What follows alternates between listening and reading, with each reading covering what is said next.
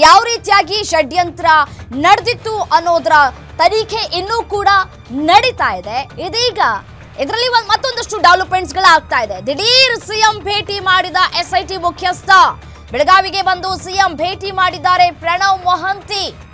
ಧರ್ಮಸ್ಥಳ ಷಡ್ಯಂತ್ರದ ಬಗ್ಗೆ ಸಿಎಂಗೆ ವಿವರಣೆ ನೀಡುವಂತಹ ಸಾಧ್ಯತೆಗಳು ಕೂಡ ದಟ್ಟವಾಗಿದೆ. ಕೋರ್ಟ್ಗೆ ಪ್ರಾಥಮಿಕ ವರದಿ ಸಲ್ಲಿಕೆ ಬಗ್ಗೆ ಮಾಹಿತಿಯನ್ನ ಕೂಡ ಹಂಚಿಕೊಳ್ಳಿಕ್ಕಿದ್ದಾರೆ. ಪ್ರಾಥಮಿಕ ವರದಿಯಲ್ಲಿ ಉಲ್ಲೇಖಿಸಿದ್ದಂತಹ ಅಂಶಗಳ ಬಗ್ಗೆ ಸಿಎಂಗೆ ಮಾಹಿತಿಯನ್ನ ರವಾನೆ ಮಾಡುವಂತಹ ಸಾಧ್ಯತೆಗಳು ಕೂಡ ದಟ್ಟವಾಗಿದೆ. ಯಾಕೆಂತಂದ್ರೆ ಕೇಸ್ ಯಾವ ಹಂತದಲ್ಲಿ ಇದೆ, ಯಾರೆಲ್ಲ ಈ ಒಂದು ಪ್ರಕರಣದಲ್ಲಿ ಇದ್ದಾರೆ, ಯಾವ ರೀತಿಯಾಗಿ ಷಡ್ಯಂತ್ರಗಳಾಯ್ತು, ಇಂಚಿಂಚು ಮಾಹಿತಿಯನ್ನ ಸಿಎಂ ಸಿದ್ದರಾಮಯ್ಯನವರಿಗೆ ಹಂಚಿಕೊಳ್ತಾ ಇದ್ದಾರೆ ಡೇವನ್ನಿಂದ ಪ್ರಣವ್ ಮೊಹಂತಿ ಅವರು. ಅದೇ ರೀತಿಯಾಗಿ ಇವತ್ತು ಬೆಳಗಾವಿಗೆ ಅವರು ಆಗಮಿಸಿದ್ದಾರೆ. ದೃಶ್ಯಾವಳಿಗಳಲ್ಲಿ ಗಮನಿಸ್ತಾ ಇದ್ದೀರಿ, ಅಧಿವೇಶನ ನಡೀತಾ ಇದೆ.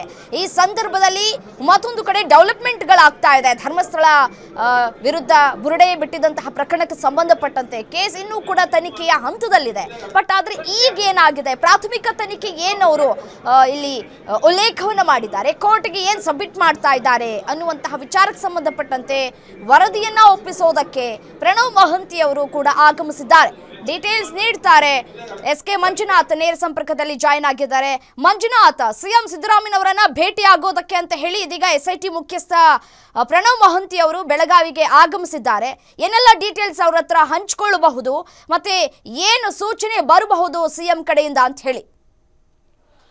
ರಮ್ಯಾ, ಇಲ್ಲಿ ನಾವು ಗಮನಿಸಬಹುದು, ಯಾವಾಗ ಧರ್ಮಸ್ಥಳದ ವಿರುದ್ಧ ಒಂದು ಷಡ್ಯಂತ್ರ ಏನು ಚಿನ್ನಯ್ಯ ಬಂದು ದೂರು ಕೊಟ್ಟಂತ ಸಂದರ್ಭದಲ್ಲಿ ಅಲ್ಲಿ ನೂರಾರು ಶವಗಳನ್ನು ಊತಿಟ್ಟಿದ್ದೇವೆ ಅನ್ನೋ ಸಂದರ್ಭದಲ್ಲಿ ಸರ್ಕಾರ ಈ ಒಂದು ಪ್ರಕರಣವನ್ನು ಆರಂಭದಲ್ಲಿ ಅಷ್ಟೊಂದು ಗಂಭೀರವಾಗಿ ತೆಗೆದುಕೊಂಡಿರಲಿಲ್ಲ. ಬಳಿಕ ಯಾವಾಗ ಸುಪ್ರೀಂ ಕೋರ್ಟಿಂದ ನಿದರ್ಶನ ಬರುತ್ತೆ, ಆ ನಂತರ ಒಂದು FIR ಅನ್ನು ದಾಖಲು ಮಾಡಲಾಗುತ್ತೆ.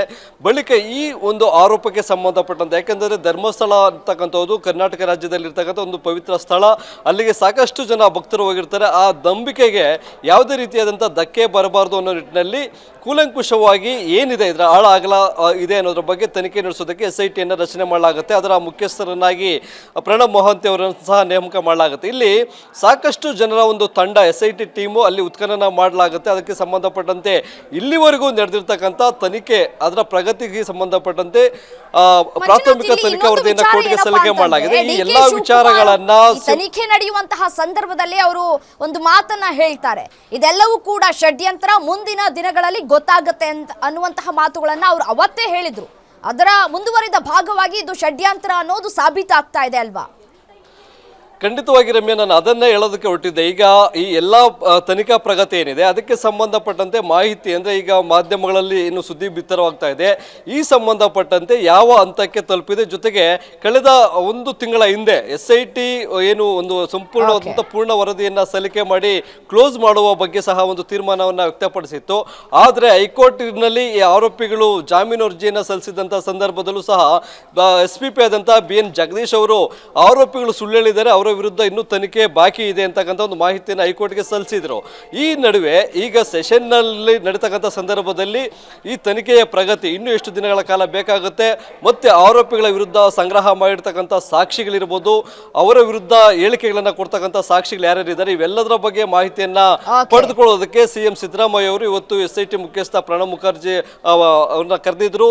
ಹಾಗಾಗಿ ಮೊಹಂತಿ ಅವರು ಅಲ್ಲಿಗೆ ಪ್ರಣವ್ ಮೊಹಂತಿ ಅವರು ಇವತ್ತು ಅಧಿವೇಶನ ಇರ್ತಕ್ಕಂಥ ಬೆಳಗಾವಿಗೆ ಹೋಗಿ ಸಿಎಂ ಅವ್ರನ್ನ ಭೇಟಿ ಮಾಡಿ ಈ ಕೇಸ್ನಲ್ಲಿ ಯಾವ ಹಂತದಲ್ಲಿ ತನಿಖೆ ಮುಂದುವರೆದಿದೆ, ಜೊತೆಗೆ ಏನೆಲ್ಲ ಮಾಹಿತಿಯನ್ನು ಕಲೆ ಹಾಕಿದ್ದಾರೆ, ಸಾಕ್ಷಿಗಳನ್ನು ಕಲೆ ಹಾಕಿದ್ದಾರೆ ಅನ್ನೋದ್ರ ಬಗ್ಗೆ ಮಾಹಿತಿಯನ್ನು ನೀಡಲಿದ್ದಾರೆ.